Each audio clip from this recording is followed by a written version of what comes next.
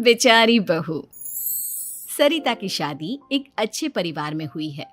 उसका पति रोहन उसे बहुत प्यार करता है। घर में उसकी सास शांति और ननद मीनाक्षी भी है, जो सरिता के किसी काम में दखल अंदाजी नहीं करती। लेकिन फिर भी सरिता को ऐसा लगता है कि दुनिया की सबसे ज्यादा बेचारी बहू वही है और सबसे ज्यादा अत्याचार उसी पर हो रहा है। माँ जी, ये लीजिए आपकी चाय। अरे बहू, तूने इतनी ज्यादा चीनी क्यों डाल दी चाय में? हाय हाय माँ जी, मैंने तो उतनी ही मीठी बनाई है जितनी मीठी आपको पसंद है। माँ जी, आपको तो मेरे हाथ की चाय अच्छी ही नहीं लगती। जब देखो कुछ न कुछ कमी निकाल ही देती हो। अरे बहू, तू एक बात के पीछे ही पड़ जाती है। मैंने ऐसा कब कहा कि तू रोज चाय खराब बनाती है? सरिता अपने कमरे में चली जाती है और फोन उठाकर अपनी माँ से बात करती है। हेलो माँ, कैसी हो आप? क्या कर रही हो? मैं तो ठीक हूँ, पर तू बता, तेरा मूड कैसा है? तेरी आवाज से लग रहा है कि कुछ तो हुआ है तेरे ससुराल में। अरे क्या बताऊँ माँ, यहाँ तो हर समय मेरे साथ बहुत बुरा व्यवहार होता है। मैंने अपनी सास के लिए इतनी अच्छी चाय बनाई, लेकिन मेरी सास चाय पीते ही मुझे 4 बातें सुना दी। बेटी, तू इतनी छोटी छोटी बातों पर ध्यान ही क्यों देती हो? तुम्हारी सास ने कुछ बोल भी दिया तो क्या हो गया, वो बड़ी है ना तुझसे। माँ ने इतना समझाया, लेकिन इस बात का सरिता पर कोई असर नहीं हुआ। अपनी बेचारी बहू की छवि वो बदलना ही नहीं चाहती। अगली सुबह सब नाश्ते की टेबल पर बैठकर नाश्ता कर रहे थे, तभी सरिता ने अपने पति से कहा, सुनिए जी, मुझे ना आज बाजार से कुछ सामान लेकर आना है। आज आप ऑफिस से आने के बाद मुझे लेकर चलना ना। भाभी, मुझे भी कुछ किताबें खरीदनी है। आप दोनों जा ही रहे हो तो मेरी किताबें भी ले आना। लो, अभी तो बात ही की है बाजार जाने की, तो एक फरमाइश आ गई। माँ जी, आप भी बता दो कुछ, और हाँ, मोहल्ले वालों से भी बोल दो अगर वो कुछ मंगवाना चाहते हो तो। बेचारी मीनाक्षी अपना सा मुंह लेकर रह गई। ये सब देखकर रोहन से चुप नहीं रह गया और वो गुस्से में बोला, सरिता, क्या हो गया है तुम्हें? मीनाक्षी ने तो सिर्फ किताबों के लिए बोला है। तुम्हें मीनाक्षी से इस तरह से बात नहीं करनी चाहिए।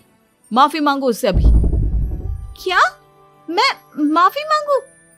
दिन भर आपके घर के काम करूं मैं, आपकी और आपके घर वालों की बातें सुनूं मैं, और अब माफी भी मैं मांगू?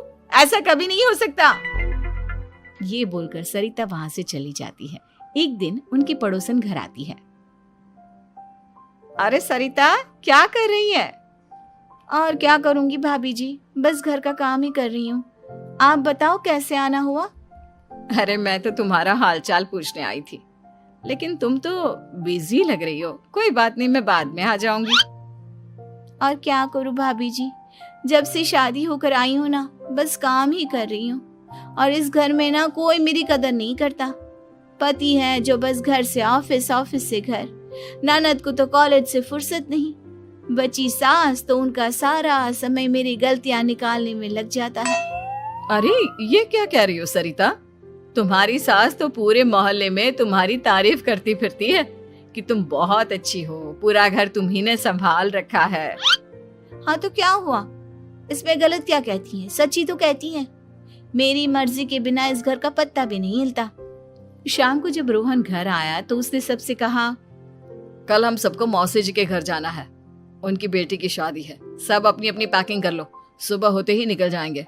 और सरिता, तुम कान खोलकर सुन लो, वहां जाकर किसी की बुराई भलाई शुरू मत कर देना, नहीं तो मुझसे बुरा कोई नहीं होगा। हाय हाय जी, आप तो ऐसे कह रहे हो जैसे मैं सुबह शाम सबकी बुराई करती फिरती हूँ। आज तक कोई कह नहीं सकता कि मैंने किसी की पीठ पीछे किसी के बारे में कोई बुरी बात बोली हो तो। अरे बस बहू, बात को और ज्यादा आगे मत बढ़ा। हमें सब पता है तू हमारे साथ क्या व्यवहार करती है। ये बात घर तक रखना, शादी में किसी को कुछ मत बोलना, नहीं तो सब कहेंगे कि शांति की बहू कितना बोलती है। हाँ हाँ, सब कुछ तो मैं ही बोलती हूँ ना। आप लोग तो हर समय फूलों की बारिश करते रहते हो मेरे ऊपर।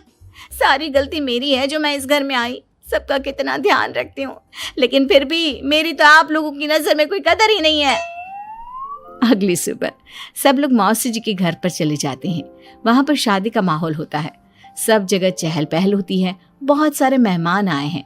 सरिता को वहां बहुत अच्छा लग रहा है। वो अपने मन में सोचती है, यहाँ कितना अच्छा लग रहा है, कितनी रौनक है। मैं यहाँ किसी से ज्यादा बात नहीं करूंगी।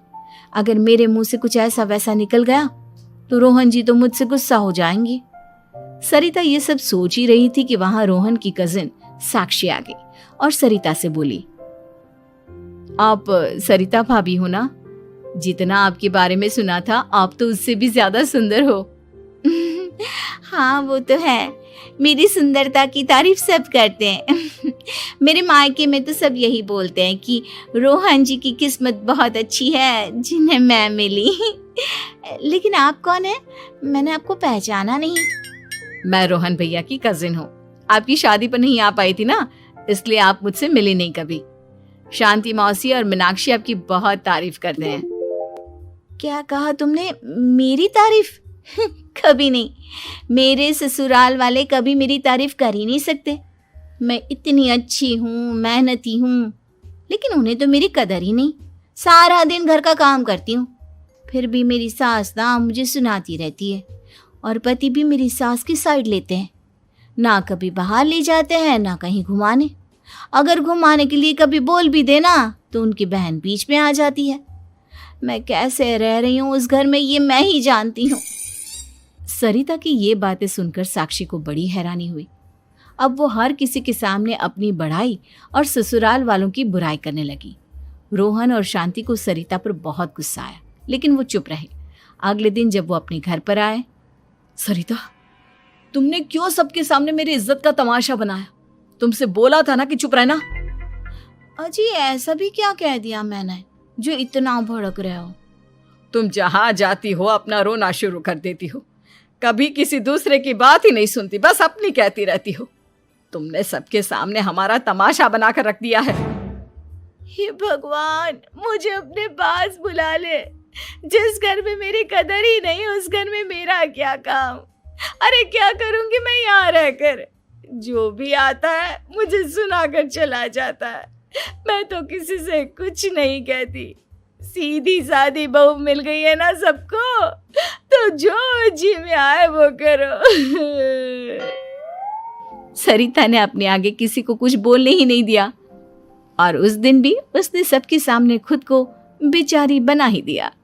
अगले दिन मीनाक्षी कॉलेज के लिए लेट हो रही थी, इसलिए वो हर काम जल्दी जल्दी कर रही थी। अपना नाश्ता लेने किचन में गई और पतीले में रखे गरम दूध को गिलास में डालने लगी। दूध का पतीला उसके हाथ से छूट गया और गरम गरम दूध उसके हाथ पर गिर गया। ओए माँ, हाय मेरा हाथ, माँ मेरा हाथ जल गया। मीनाक्षी की आवाज सुनकर सरिता दौड़ती हुई आई। ये क्या किया तुमने? तुम्हें नाश्ता चाहिए था तो मुझसे बोल देती, मैं क्या मना कर देती? अब पता नहीं कितने दिन की मुसीबत पाल ली तुमने। सरिता मीनाक्षी को उसके कमरे में ले गई और उसका बहुत ख्याल रखा। उसका इस तरह से ख्याल रखना शांति और रोहन को थोड़ा अजीब लगा। माँ, सरिता के दिमाग का भी कुछ पता नहीं। कल शादी में सबको इतना कुछ बोल कर आई है हमारे बारे में, और अब मीनाक्षी की कितनी अच्छी देखभाल कर रही है। ये ऐसा क्यों करती है? बेटा, तेरी बीवी की ना आदत हो गई है सबके सामने खुद को बेचारी दिखाने की, और आदत इतनी जल्दी नहीं बदलती।